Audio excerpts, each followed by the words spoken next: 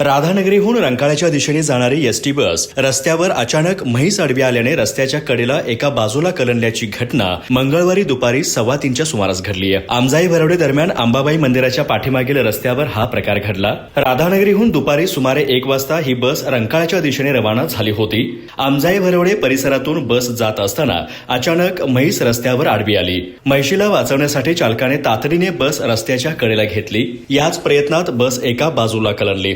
अचानक घडलेल्या या प्रकारामुळे बसमधील प्रवाशांमध्ये काही काळ घबराटीचं वातावरण निर्माण झालं। मात्र चालकाने प्रसंगावधान राखल्याने मोठी दुर्घटना टळली। सुदैवाने या घटनेत चालक, वाहक आणि बसमधील सर्व प्रवासी सुखरूप असून कोणालाही दुखापत झाली नसल्याची माहिती आहे।